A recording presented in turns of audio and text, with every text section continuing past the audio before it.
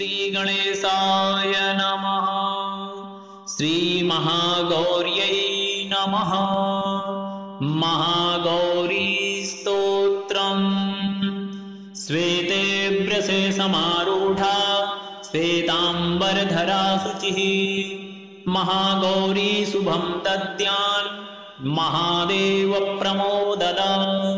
या देवी सर्वभूतेषु महागौरी रूपेण संस्थिता। नमस्तस्यै नमस्तस्यै नमस्तस्यै नमो नमः। ध्यानम् वन्दे वाञ्छितकामार्थे चन्द्रार्धकृतशेखराम्। सिंहारूढा चतुर्भुजा महागौरी यशस्विनी। पूर्णेन्दुनिभां गौरी सोमचक्रस्थिताम् अष्टमं महागौरी त्रिनेत्राम्। वराभीतिकरां त्रिशूलडमरुधरां महागौरी भजे। पट्टाम्बरपरिधानां मृदुहास्यानालङ्कारभूषिताम्। मञ्जीरहारकेयूर किङ्किणीरत्नकुण्डलमण्डिताम्। प्रफुल्लवन्दना पल्लवाधरां कान्तकपोलां त्रैलोक्यमोहनम्। कमनीयां लावण्यां मृणालां चन्दनगन्धलिप्ताम्। स्तोत्रम् सर्वसङ्कटहन्त्री त्वं हि धन ऐश्वर्यप्रदायिनी। ज्ञानदा चतुर्वेदमयी महागौरी प्रणमाम्यहम्। सुखशान्तिदात्री धनधान्यप्रदायिनी। डमरुवाद्यप्रिया अद्या महागौरी प्रणमाम्यहम्। त्रैलोक्यमङ्गलं त्वं हि तापत्रयहारिणी। वददं चैतन्यमयी महागौरी प्रणमाम्यहम्। कवचम् ओङ्कारः पातु शीर्षो मां। ह्रीं बीजं मां हृदयो। क्लीं बीजं सदा पातु नभोग्रहो च पादयो। ललाटं कर्णो हुं बीजं पातु महागौरी मां। नेत्रं घ्राणो कपोतचिबुको पट् पातु स्वाहा मां सर्ववदनो। या देवी सर्वभूतेषु महागौरी रूपेण संस्थिता। नमस्तस्यै नमस्तस्यै नमस्तस्यै नमो नमः। श्वेतेभ्यसे समारूढा श्वेताम्बरधरा शुचिः महागौरी शुभं दद्यान् महादेव प्रमोददा। या देवी सर्वभूतेषु महागौरी रूपेण संस्थिता। नमस्तस्यै नमस्तस्यै नमस्तस्यै नमो नमः। ध्यानम् वन्दे वाञ्छितकामार्थे चन्द्रार्धकृतशेखराम्। सिंहारूढा चतुर्भुजा महागौरी यशस्विनी। पूर्णेन्दुनिभां गौरी सोमचक्रस्थिताम् अष्टमं महागौरी त्रिनेत्राम्। वराभीतिकरां त्रिशूलडमरुधरां महागौरी भजे। पट्टाम्बरपरिधानां मृदुहास्यानालङ्कारभूषिताम्। मञ्जीरहारकेयूर किङ्किणीरत्नकुण्डलमण्डिताम्। प्रफुल्लवन्दना पल्लवाधरां कान्तकपोलां त्रैलोक्यमोहनम्। कमनीयां लावण्यां मृणालां चन्दनगन्धलिप्ताम्।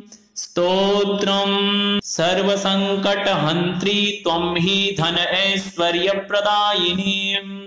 ज्ञानदा चतुर्वेदमयी महागौरी प्रणमाम्यहम्। सुखशान्तिदात्री धनधान्यप्रदायिनी। डमरुवाद्यप्रिया अद्या महागौरी प्रणमाम्यहम्। त्रैलोक्यमङ्गलं त्वं हि तापत्रयहारिणी। वददं चैतन्यमयी महागौरी प्रणमाम्यहम्।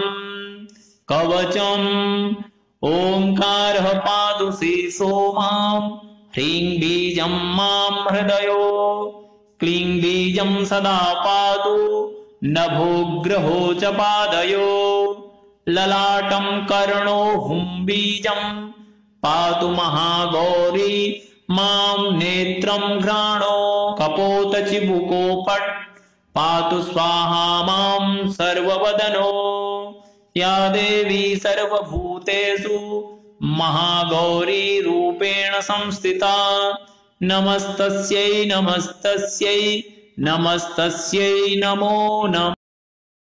श्वेतेभ्यसे समारूढा श्वेताम्बरधरा शुचिः, महागौरी शुभं दद्यान् महादेव प्रमोददा, या देवी सर्वभूतेषु महागौरी रूपेण संस्थिता, नमस्तस्यै नमस्तस्यै नमस्तस्यै नमो नमः। ध्यानम् वन्दे वाञ्छितकामार्थे चन्द्रार्धकृतशेखराम्, सिंहारूढा चतुर्भुजा महागौरी यशस्विनी, पूर्णेन्दुनिभां गौरी सोमचक्रस्थिताम्, अष्टमं महागौरी त्रिनेत्रां, वराभीतिकरां त्रिशूलडमरुधरां महागौरी भजे, पट्टाम्बरपरिधानां मृदुहास्यानालङ्कारभूषितां, मञ्जीरहारकेयूर किङ्किणीरत्नकुण्डलमण्डितां, प्रफुल्लवन्दना पल्लवाधरां, कान्तकपोलां त्रैलोक्यमोहनं, कमनीयां लावण्यां मृणालां चन्दनगन्धलिप्तां, स्तोत्रम् सर्वसङ्कटहन्त्री त्वं हि धन ऐश्वर्यप्रदायिनी, ज्ञानदा चतुर्वेदमयी महागौरी प्रणमाम्यहम्, सुखशान्तिदात्री धनधान्यप्रदायिनी, डमरुवाद्यप्रिया अद्या महागौरी प्रणमाम्यहम्, त्रैलोक्यमङ्गलं त्वं हि तापत्रयहारिणी, वददं चैतन्यमयी महागौरी प्रणमाम्यहम्। कवचम् ओङ्कारः पातु शीर्षो मां, ह्रीं बीजं मां हृदयो, क्लीं बीजं सदा पातु नभोग्रहो च पादयो, ललाटं कर्णो हुं बीजं पातु महागौरी मां, नेत्रं घ्राणो कपोतचिबुको पट् पातु स्वाहा मां सर्ववदनो, या देवी सर्वभूतेषु महागौरी रूपेण संस्थिता, नमस्तस्यै नमस्तस्यै नमस्तस्यै नमो नमः। श्वेतेभ्यसे समारूढा श्वेताम्बरधरा शुचिः, महागौरी शुभं दद्यान् महादेव प्रमोददा, या देवी सर्वभूतेषु महागौरी रूपेण संस्थिता, नमस्तस्यै नमस्तस्यै नमस्तस्यै नमो नमः। ध्यानम् वन्दे वाञ्छितकामार्थे चन्द्रार्धकृतशेखरां, सिंहारूढा चतुर्भुजा महागौरी यशस्विनी, पूर्णेन्दुनिभां गौरी सोमचक्रस्थिताम्, अष्टमं महागौरी त्रिनेत्रां, वराभीतिकरां त्रिशूलडमरुधरां महागौरी भजे, पट्टाम्बरपरिधानां मृदुहास्यानालङ्कारभूषितां, मञ्जीरहारकेयूर किङ्किणीरत्नकुण्डलमण्डितां, प्रफुल्लवन्दना पल्लवाधरां, कान्तकपोलां त्रैलोक्यमोहनं, कमनीयां लावण्यां मृणालां चन्दनगन्धलिप्तां स्तोत्रं सर्वसङ्कटहन्त्री त्वं हि धन ऐश्वर्यप्रदायिनी ज्ञानदा चतुर्वेदमयी महागौरी प्रणमाम्यहम् सुखशान्तिदात्री धनधान्यप्रदायिनी डमरुवाद्यप्रिया अद्या महागौरी प्रणमाम्यहम् त्रैलोक्यमङ्गलं त्वं हि तापत्रयहारिणी वददं चैतन्यमयी महागौरी प्रणमाम्यहम् कवचम् ओंकारः पातु शीर्षो मां ह्रीं बीजं मां हृदयो क्लीं बीजं सदा पातु नभोग्रहो च पादयो ललाटं कर्णो हुं बीजं पातु महागौरी मां नेत्रं घ्राणो कपोत चिबुको पट् पातु स्वाहा मां सर्ववदनो या देवी सर्वभूतेषु महागौरी रूपेण संस्थिता नमस्तस्यै नमस्तस्यै नमस्तस्यै नमो नमः श्वेतेभ्यसे समारूढा श्वेतांबरधरा शुचिः महागौरी शुभं दद्यान् महादेव प्रमोददा या देवी सर्वभूतेषु महागौरी रूपेण संस्थिता नमस्तस्यै नमस्तस्यै नमस्तस्यै नमो नमः ध्यानं वन्दे वाञ्छितकामार्थे चन्द्रार्धकृतशेखरां सिंहारूढा चतुर्भुजा महागौरी यशस्विनी पूर्णेन्दुनिभां गौरी सोमचक्रस्थिताम् अष्टमं महागौरी त्रिनेत्रां वराभीतिकरां त्रिशूलडमरुधरां महागौरी भजे पट्टाम्बरपरिधानां मृदुहास्यानालङ्कारभूषितां मञ्जीरहारकेयूर किङ्किणीरत्नकुण्डलमण्डितां प्रफुल्लवन्दना पल्लवाधरां कान्तकपोलां त्रैलोक्यमोहनम् कमनीयां लावण्यां मृणालां चन्दनगन्धलिप्तां स्तोत्रं सर्वसङ्कटहन्त्री त्वं हि धन ऐश्वर्यप्रदायिनी ज्ञानदा चतुर्वेदमयी महागौरी प्रणमाम्यहम् सुखशान्तिदात्री धनधान्यप्रदायिनी डमरुवाद्यप्रिया अद्या महागौरी प्रणमाम्यहम् त्रैलोक्यमङ्गलं त्वं हि तापत्रयहारिणी वददं चैतन्यमयी महागौरी प्रणमाम्यहम् कवचम् ओंकारः पातु शीर्षो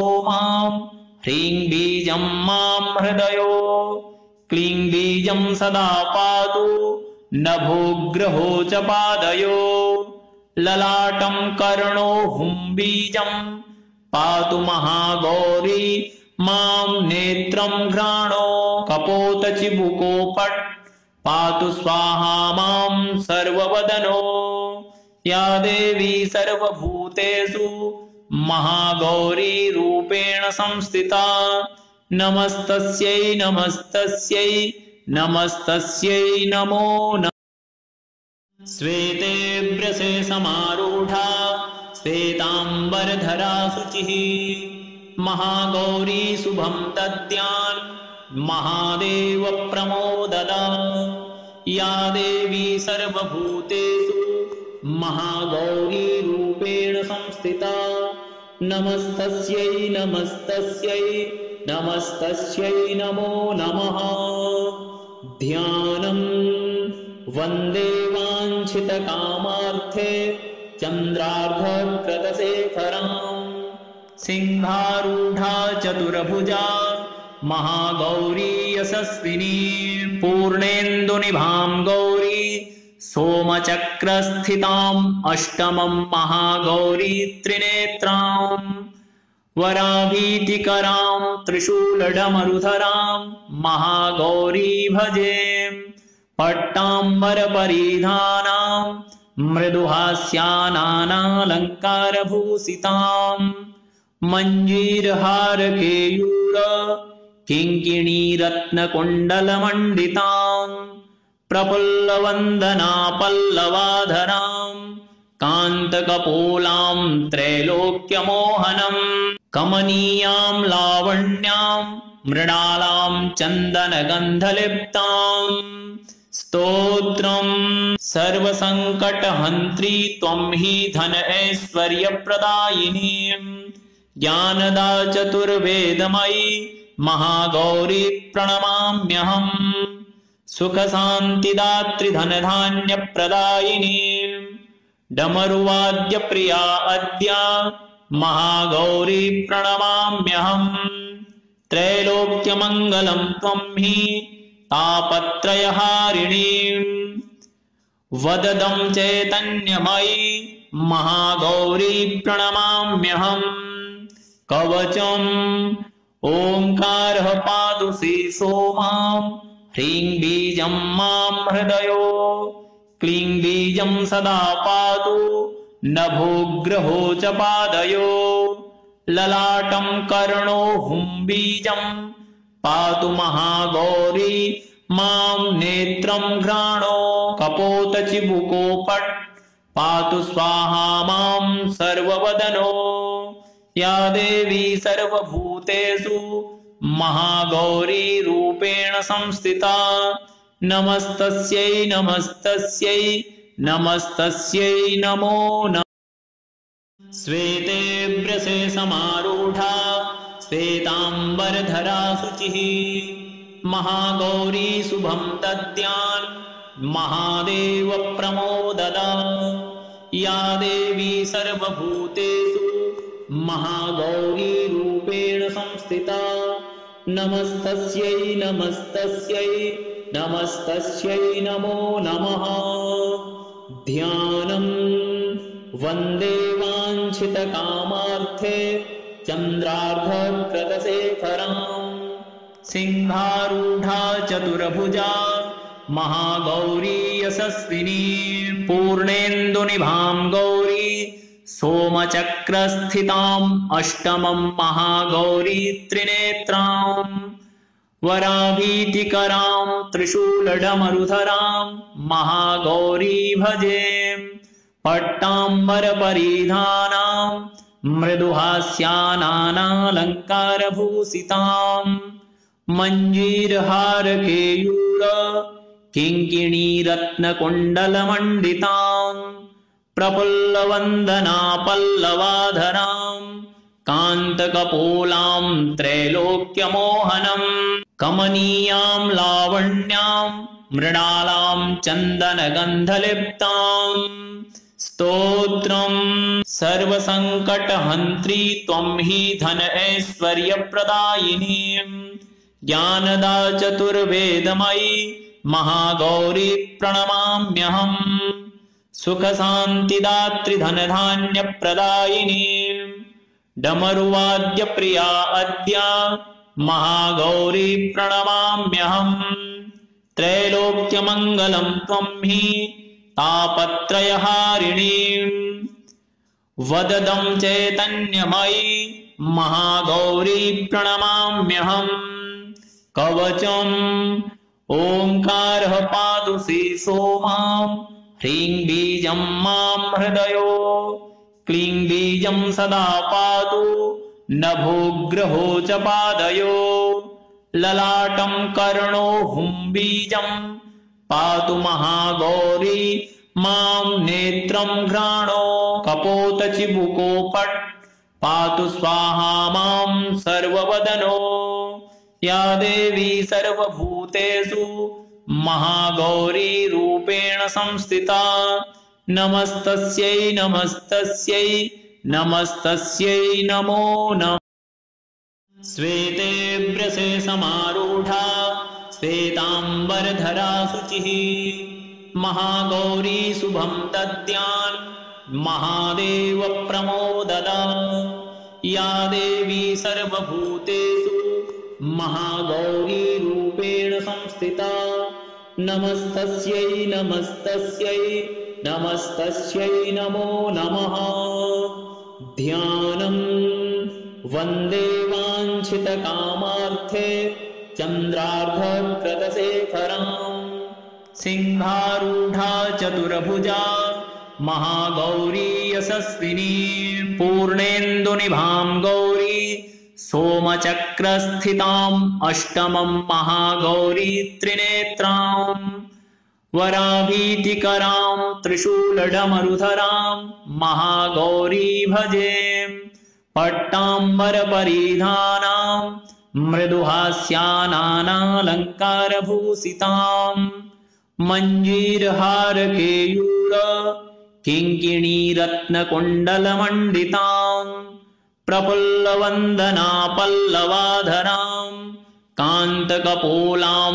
त्रैलोक्यमोहनं कमनीयां लावण्यां मृणालां चन्दनगन्धलिप्तां स्तोत्रं सर्वसङ्कटहन्त्री त्वं हि धन ऐश्वर्यप्रदायिनी ज्ञानदा चतुर्वेदमयी महागौरी प्रणमाम्यहम् सुखशान्तिदात्री धनधान्यप्रदायिनी डमरुवाद्यप्रिया अद्या महागौरी प्रणमाम्यहम् त्रैलोक्यमङ्गलं त्वं हि तापत्रयहारिणी वददं चैतन्यमयी महागौरी प्रणमाम्यहम् कवचम् ओंकारः पातु शीर्षो मां ह्रीं बीजं मां हृदयो क्लीं बीजं सदा पातु नभोग्रहो च पादयो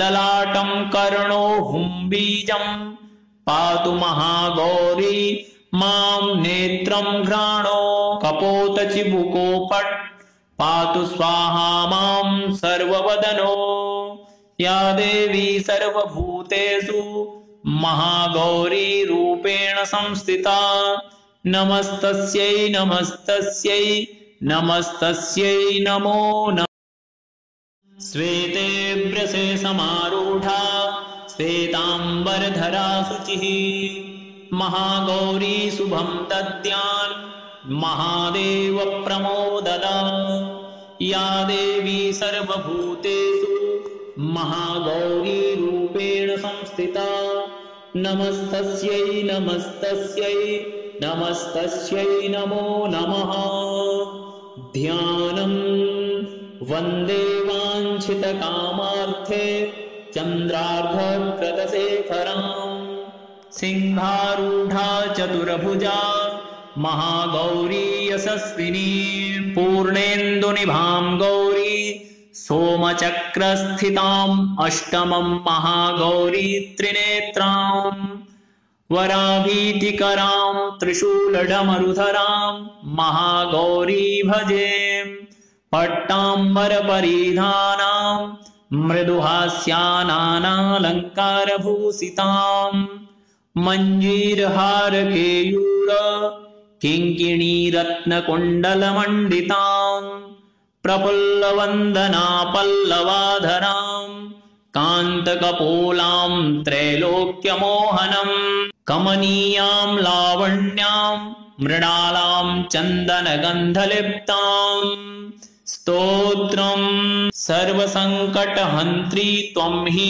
धन ऐश्वर्यप्रदायिनी ज्ञानदा चतुर्वेदमयी महागौरी प्रणमाम्यहम् सुखशान्तिदात्री धनधान्यप्रदायिनी डमरुवाद्यप्रिया अद्या महागौरी प्रणमाम्यहम् त्रैलोक्यमङ्गलं त्वं हि तापत्रयहारिणी वददं चैतन्यमयी महागौरी प्रणमाम्यहम् कवचम् ओंकारः पातु शीर्षो मां ह्रीं बीजं मां हृदयो क्लीं बीजं सदा पातु नभोग्रहो च पादयो ललाटं कर्णो हुम्बीजं पातु महागौरी मां नेत्रं घ्राणो कपोतचिबुको पट् पातु स्वाहा मां सर्ववदनो या देवी सर्वभूतेषु महागौरी रूपेण संस्थिता नमस्तस्यै नमस्तस्यै नमस्तस्यै नमो नमः।